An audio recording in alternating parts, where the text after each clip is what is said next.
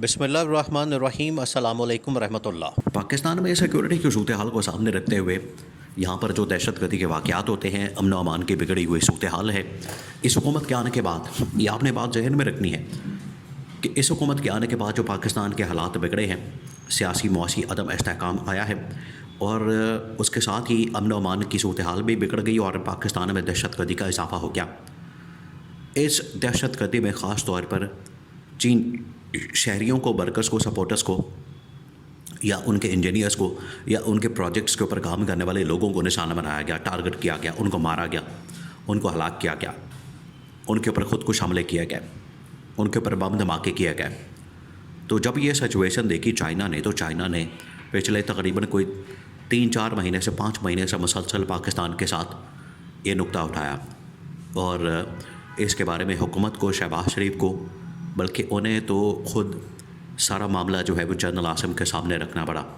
और शहबाज शरीफ को कहा कि तुम अकेले मत आना, जनरल आसिम को साथ लेकर आना। जब चाइना में एक मीटिंग हुई, चाइना में जनरल आसिम को बुलाया गया था और जनरल आसिम ने जाके वहाँ पर सारी ब्रीफिंग दी और वहाँ पर बताया कि पाकिस्तान के अंदर सिक्योरिटी की सूरत हाल कैसी है। तो आज से 4-5 महीने पहले जनरल आसिम ने ये ख़ुद ज़िम्मेदारी ली और सारी ज़िम्मेदारी अपने कंधों पर लेकर इस चीज़ को मेक श्योर किया, गारंटी दी चाइना को कि अब चाइना के किसी शहरी के ऊपर पाकिस्तान में हमला नहीं किया जाएगा। ये बात तय हो गई, ये मामला तय हो गया, लेकिन उसके बाद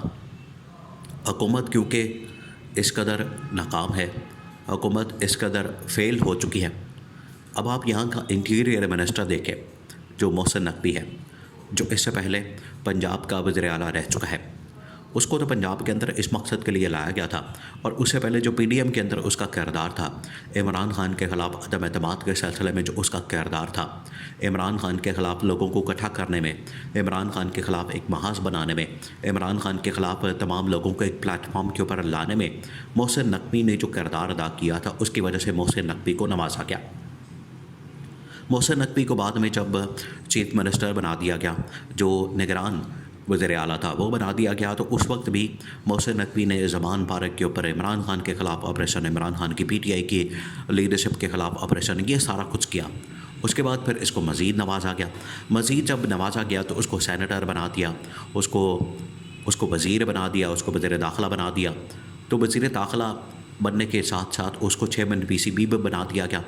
अब बतौर वज़ीर दाखिला तो उसकी ज़िम्मेदारी है पाकिस्तान में सिक्योरिटी की सूरत हाल को बेहतर करना, लेकिन जब यहाँ पर आप 4-4, 5-5 चीज़ें कर रहे हैं, एक ही टाइम पे आप सेनेटर भी हैं, एक ही टाइम पे आप वज़ीर दाखिला भी हैं, एक ही टाइम पे आप चेयरमैन पीसीबी हैं, एक ही टाइम पे आप सहाफ़ी भी हैं, एक ही टाइम पे आप चैनल के मालिक भी हैं, तो इतने सारे काम आप फिर नहीं कर सकते। आप फिर सारे काम जो है वो उस तरह से नहीं कर सकते जो रिक्वायरमेंट है। तो इस तरह के जब आपके पास वज़ीर दाखिला होंगे तो पाकिस्तान के अंदर तो फिर हमले होंगे, वो कोयटा के अंदर हमले हों या खैबर पख्तूनख्वा के अंदर हमले हों, बलूचिस्तान के अंदर हमले हों। मोहसिन नकवी ने तो समझा कि शायद ये एक SHO की मार है, लेकिन ये बहुत बड़ा मसला है, बहुत बड़ा मसला है, इससे बहुत बड़ा मसला है। तो जब चीन ने देखा कि जनरल आसिम की गारंटी के बावजूद कराची के अंदर भी हमले हुए, चीनी शहरियों को टारगेट किया गया, इसी तरह से कोयटा के अंदर हमले हुए, वहाँ पर भी चीनी शहरियों को टारगेट किया गया, तो चीन ने फिर पाकिस्तान के सामने शर्त रखी कि अगर हम पाकिस्तान के अंदर अपने प्रोजेक्ट्स के ऊपर काम करेंगे, पाकिस्तान में अपनी इन्वेस्टमेंट करेंगे, पाकिस्तान में अपने इंजीनियर्स को लाएंगे, पाकिस्तान में अपने शहरियों को लाएंगे, तो वो उस सूरत में होगा कि हम अपने चीनी शहरियों की जान माल की तहफ़्फ़ुज़ की खातिर हम अपने सिक्योरिटी के लोगों को साथ भेजेंगे। अब ये पाकिस्तान की रियासत के ऊपर एक बहुत बड़ा सवालिया निशान था और हुकूमत की नाकामी की वजह से पाकिस्तान की फ़ौज को इस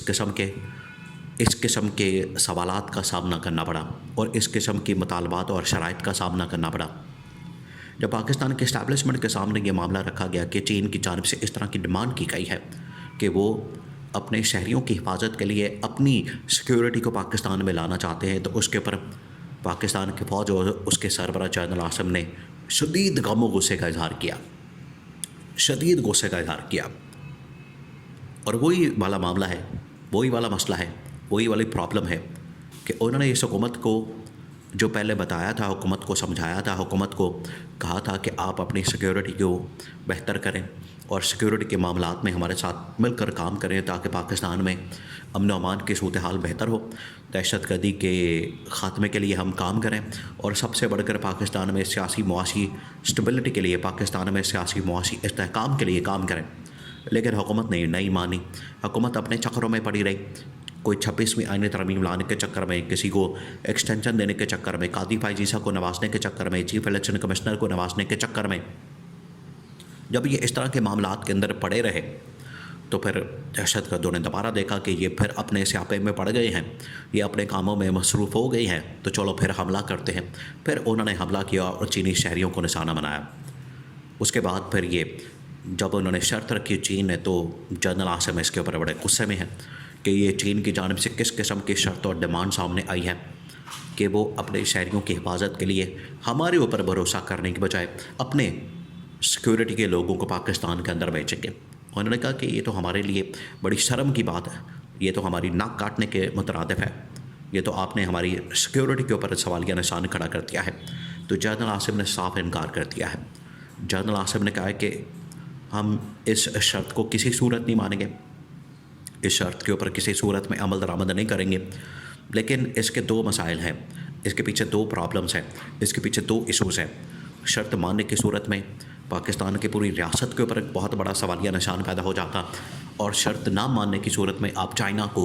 ناراض کر سکتے ہیں، اور چائنا اپنے تمام پروجیکٹس اور انویسٹمنٹ کو یہاں سے بیک اپ کر سکتا ہے۔ لیکن اب پاکستان کی فوج کی جانب سے، جنرل عاصم کی جانب سے چین کو یہ بتا دیا گیا ہے کہ ہم معاملات کو بہتر کرنے کے لیے حکومت کا بندوبست کرتے ہیں۔ اور چین نے واضح طور پر یہ کہا تھا کہ عمران خان کے دور میں یہ مسئلہ بالکل ختم ہو چکا تھا، عمران خان کے دور میں یہ پرابلم نہیں تھی، عمران خان کے دور میں یہ ایشو نہیں تھا،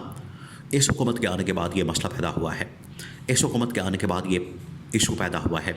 دہشت گردی نے دوبارہ سے سر اٹھایا ہے، ملک کے اندر امن و امان کی صورتحال خراب ہوئی ہے، ملک کے اندر دہشت گردی آئی ہے، ملک کے اندر سیاسی معاشی عدم استحکام آیا ہے۔ تو اس ماحول کے اندر ہم کس طرح سے کام کر سکتے ہیں؟ اور پچھلے 2.5 سالوں میں جو مسلسل اس وقت پاکستان میں اسموگ میں اضافہ ہو رہا تھا، اس نے تو بچی کچی کسر ہی نکال دی۔ اس ماحول میں تو کوئی دنیا کی کوئی بھی کمپنی پاکستان میں انویسٹمنٹ کرنے نہیں آئے گی۔ یہ اب سچویشن پیدا ہو چکی ہے، اور حکومت کو دو ٹوک انداز میں بتا دیا گیا ہے کہ چائنا کو سیکیورٹی فراہم کرنا یہ ہماری ذمہ داری ہے، حکومت کی ذمہ داری ہے اور ریاست کی ذمہ داری ہے، اس کے اوپر کوئی کمپرومائز نہیں ہونا، اور آپ اپنے اللہ تللے عیاشیاں آنیاں جانیاں یہ سارے تماشے بند کریں اور اصل کام کے اوپر توجہ دیں۔